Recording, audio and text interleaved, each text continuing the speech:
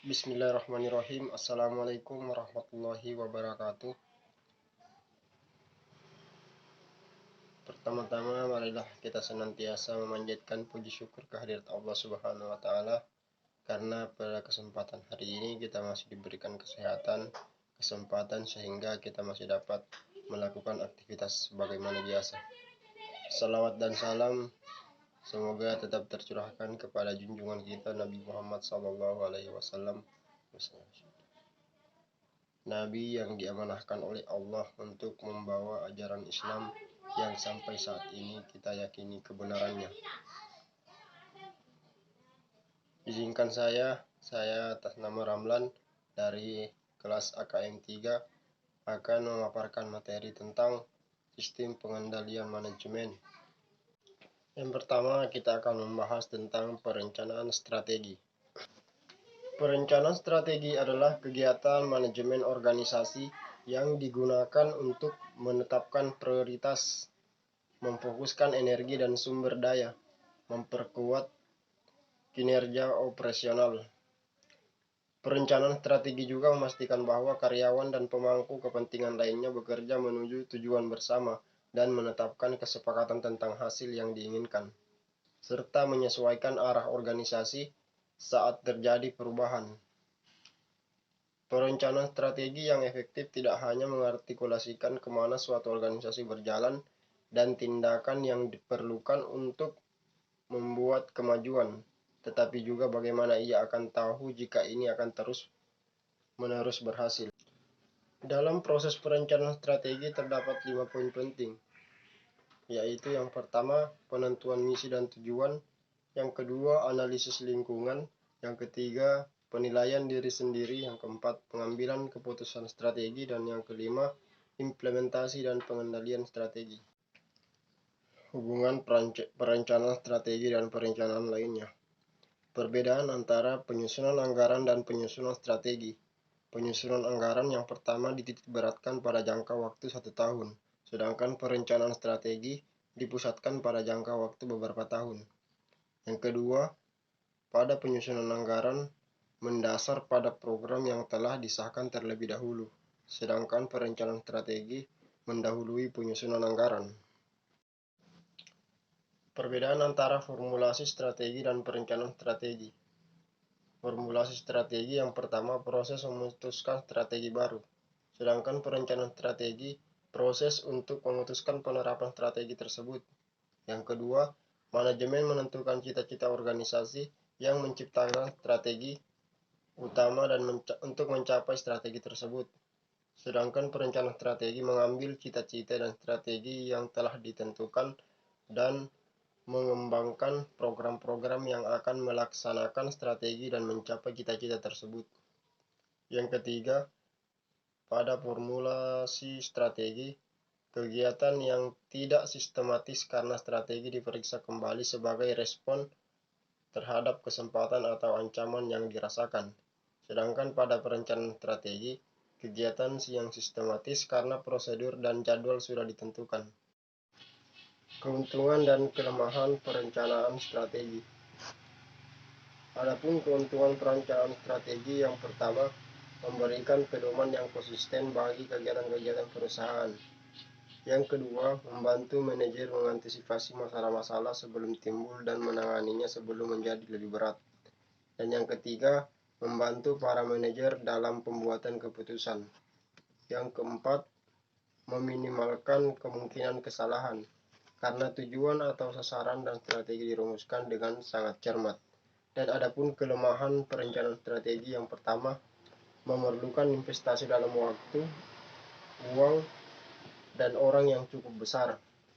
Yang kedua, penetapan dan pemeliharaan suatu perencanaan strategi atau sistem formal melibatkan banyak biaya. Dan yang ketiga, perencanaan strategi kadang-kadang cenderung membatasi perencanaan hanya terhadap pilihan yang paling rasional dan bebas risiko. Proses perencanaan strategi. Di dalam proses perencanaan strategi terdapat 6 poin penting. Yang pertama, meninjau dan memperbaharui rencana strategi dari tahun lalu. Yang kedua, memutuskan asumsi dan pedoman. Dan yang ketiga, literasi pertama dari rencana strategi baru. Yang keempat, analisis. Yang kelima, iterasi kedua dari rencana strategi baru. Dan yang terakhir, meninjau dan menyetujui. Oke, berikutnya kita akan membahas tentang penyusunan anggaran. Penyusunan anggaran adalah proses pengoperasionalan rencana dalam bentuk pengkuantifikasian, biasanya dalam unit moneter, untuk kurun waktu tertentu. Hasil dari penyusunan anggaran adalah anggaran.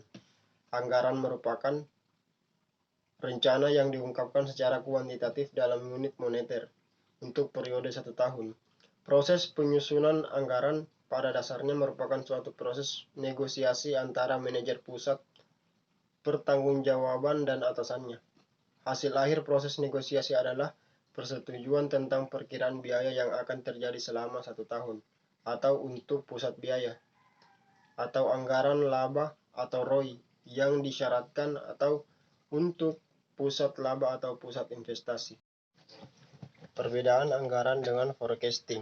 Anggaran merupakan rencana manajemen dengan asumsi implisit dan langkah-langkah yang akan dijalankan oleh manajer yang menyiapkan manajemen. Sementara forecast merupakan prediksi atas apa yang akan terjadi, di mana forecast-nya sendiri tidak akan merasakan akibatnya atas apa yang menjadi perakiraannya. Berbeda dengan anggaran, karakteristik dari forecast adalah yang pertama adalah forecast tidak bisa dinyatakan dalam bentuk uang. Yang kedua, bisa berlaku untuk beberapa metode. Yang ketiga, forecast-nya sendiri tidak bertanggung jawab terhadap hasil perakiraannya. Yang keempat, perakiraan biasanya tidak perlu disetujui oleh atasan. Yang kelima, perakiraan akan selalu disesuaikan jika ada informasi baru yang mengubah kondisi. Dan yang terakhir, selisih antara ramalan dan kenyataan tidak tertulis, dianalisis secara format dan secara periodik. Karakteristik anggaran. Di dalam karakteristik anggaran terdapat 7 poin penting.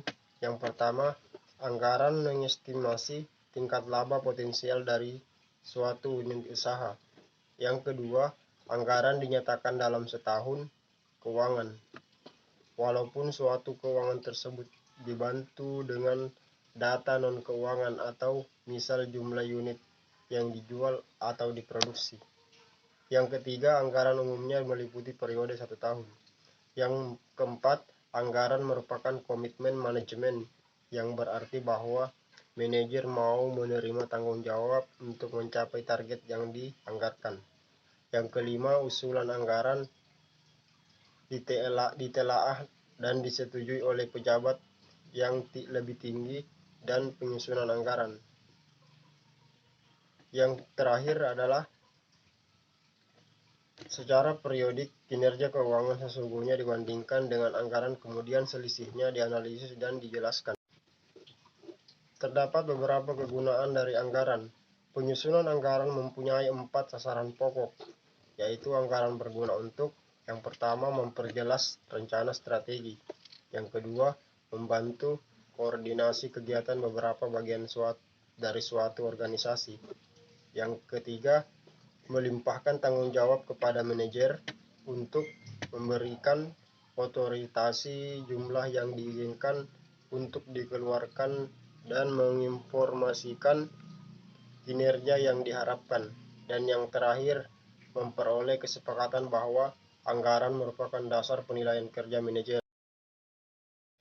Proses penyusunan anggaran organisasi ataupun perusahaan melalui Departemen Anggaran, yaitu penerbitan pedoman, proposal anggaran, dan negosiasi. Sedangkan komite anggaran, review dan persetujuan, dan revisi anggaran.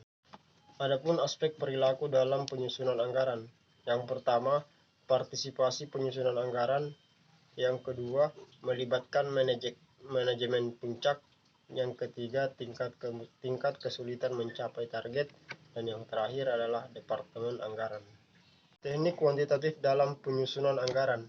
Yang pertama, simulasi. Simulasi merupakan metode yang membuat suatu model sesuai kondisi sebenarnya dan mengubah model tersebut untuk mengembangkan beberapa kesimpulan dari kondisi sebenarnya tersebut. Yang kedua, estimasi probabilitas. Setiap jumlah dari anggaran merupakan suatu estimasi titik. Misalnya, estimasi penjualan dinyatakan dengan jumlah tertentu dari masing-masing jenis produk yang dijual. Yang ketiga, anggaran tak terduga. Beberapa perusahaan secara rutin menyusun anggaran tak terduga jika terjadi penurunan tingkat penjualan secara signifikan dari yang diharapkan sebelumnya. Oke, yang berikutnya kita akan membahas tentang analisis laporan kinerja. Laporan kinerja atau performance report adalah laporan yang umumnya disajikan setiap periode atau bulan dan mengikuti bentuk yang sudah distandarisasi yang dirancang secara khusus untuk mempermudah manajemen melakukan pengendalian intern. Ciri khas dari sebuah laporan pelaksanaan adalah bahwa laporan pelaksanaan dapat menunjukkan varian antara hasil sesungguhnya dan standar yang dianggarkan, serta menunjukkan varian yang signifikan yang perlu diteliti secara seksama.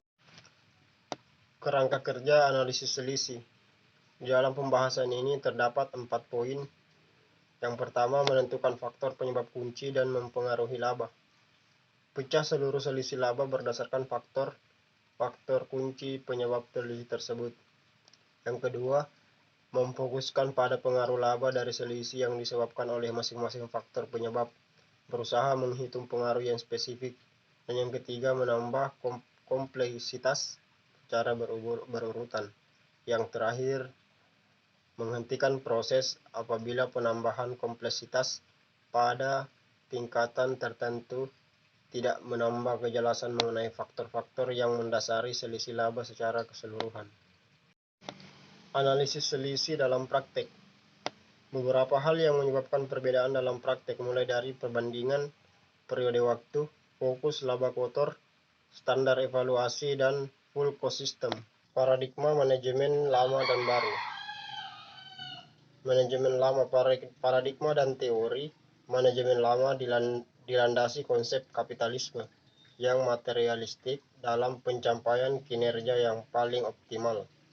Sedangkan pada manajemen baru, paradigma dan teori manajemen baru dilandasi konsep bahwa semangat dan perilaku dari anggotanya yang cerdas, memiliki jejaring kerjasama yang luas, serta bersikap dan berperilaku etik secara konsisten pada waktu menjalankan kegiatan kerja dan usaha untuk pencapaian kinerja yang optimal.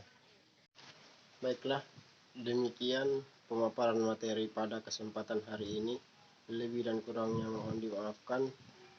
Astagfirullahaladzim. Assalamualaikum warahmatullahi wabarakatuh.